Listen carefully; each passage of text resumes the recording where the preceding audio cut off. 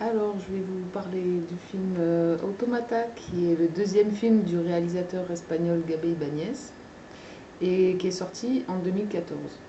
Alors, c'est un film de science-fiction qui n'a pas des gros moyens budgétaires, je ne connais pas les chiffres, qui reprend les thèmes classiques en science-fiction, la robotique, l'intelligence artificielle, l'émergence de la conscience, le devenir de l'humanité.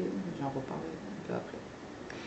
Donc l'histoire se déroule en 2044 et le générique de début nous apprend que suite à de violentes éruptions solaires, la surface de la Terre est devenue un immense désert radioactif qui a réduit la population humaine à 21 millions d'habitants.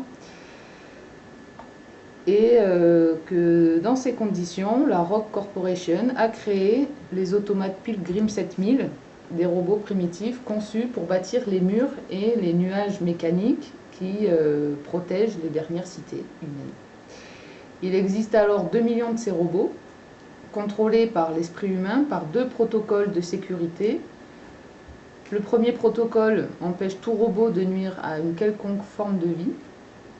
Et le second protocole empêche les robots de se modifier eux-mêmes ou de modifier un autre robot. C'est adapté librement des lois de la robotique d'Isaac Asimov. Ces deux protocoles ont été conçus pour protéger les humains des automates et qui sont de ce fait inaltérables. Donc, dans ce contexte, Jack Vaughan, interprété par Antonio Banderas, est un agent d'assurance de la Rock Corporation qui expertise les robots dans les dossiers d'indemnisation et qui va découvrir des anomalies et un comportement étrange de la part des robots. Il enquête en effet sur un spécimen qui a été détruit par un agent de police parce qu'il tentait de se réparer lui-même.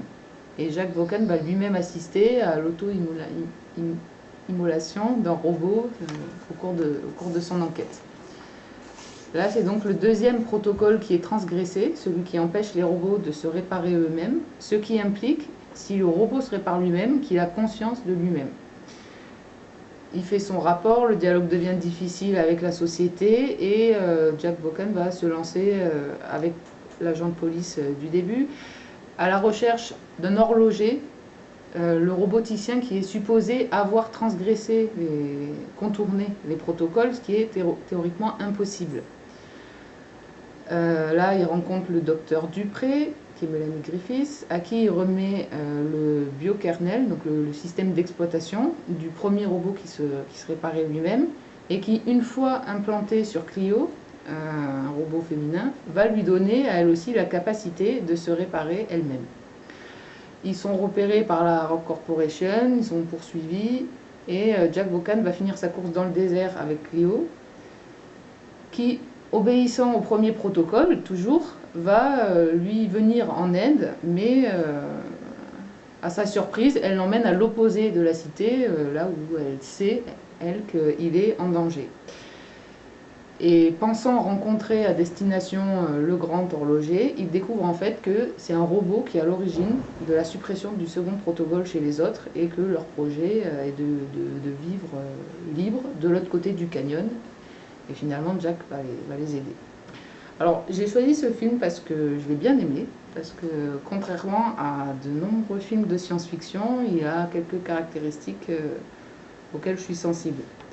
D'abord, il n'utilise pas toutes les dernières avancées technologiques qui sont souvent au cœur des controverses socio-techniques, comme c'était le cas dans Transcendance, où il y avait l'intelligence artificielle, les réseaux, les nanotechnologies, tout mélangé dans un gros blockbuster. Et en plus, qui sont souvent dans les films utilisés plus pour l'effet que ça produit d'utiliser les derniers mots à la mode que pour ce que ces technologies sont réellement. Ensuite, bon, ça ne nous en met pas plein la vue avec des scènes d'action dans les blockbusters. Ça nous montre des robots au design un peu dépassé qui savent à peine marcher, ce qui est beaucoup plus réaliste parce qu'aujourd'hui on ne sait toujours pas faire marcher les robots. En fait, comme la marche c'est une succession de déséquilibres, on n'arrive pas à faire marcher les robots.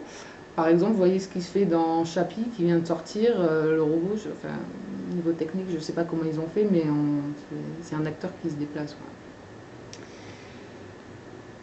Et du coup, j'ai trouvé l'image images très belles, même si les inspirations ne sont pas originales, quoi. La première partie, c'est plutôt Blade Runner dans cette cité post-apocalyptique. Et la deuxième partie, c'est plutôt le désert de Mad Max.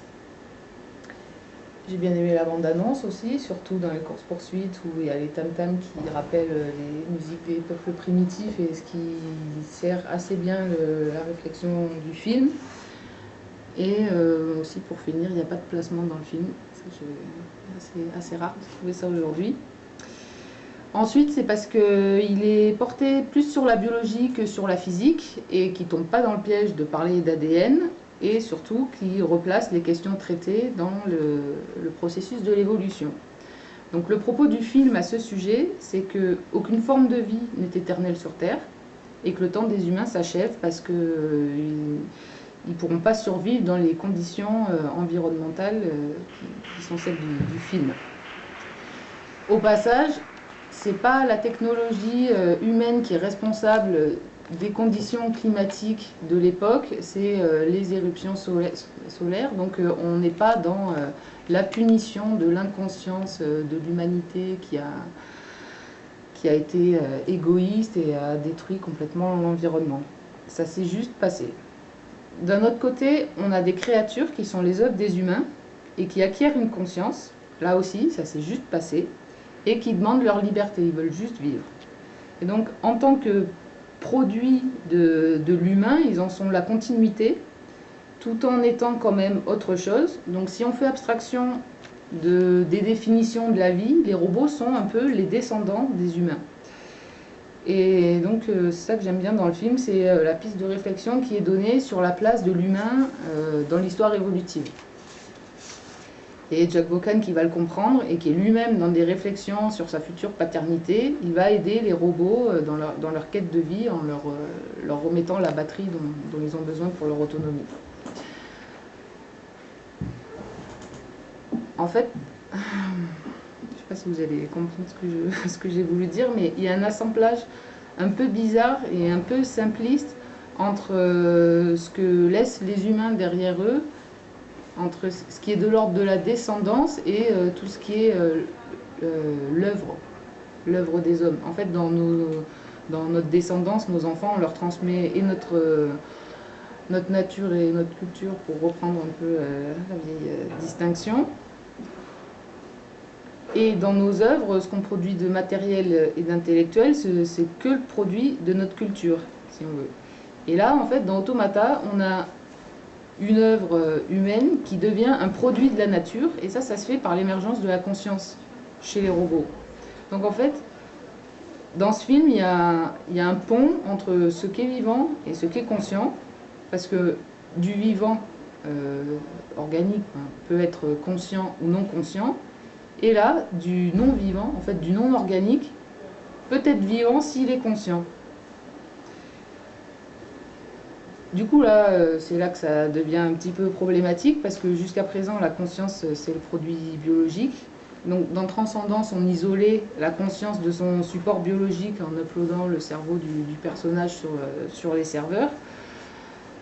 Or, l'activité psychique, c'est aussi déterminé par sa réalité organique.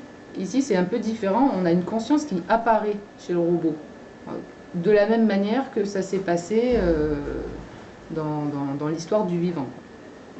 En fait, pour moi, le problème, c'est le même, c'est-à-dire que le robot ne répond pas à la définition du vivant. Si on prend celle qui dit que le vivant, c'est le phénomène qui caractérise des corps qui forment leur propre matière en puisant la matière dans l'environnement, qui peuvent se reproduire et qui peuvent évoluer. En fait, tout ce qui donne ces capacités au robot, c'est la conscience.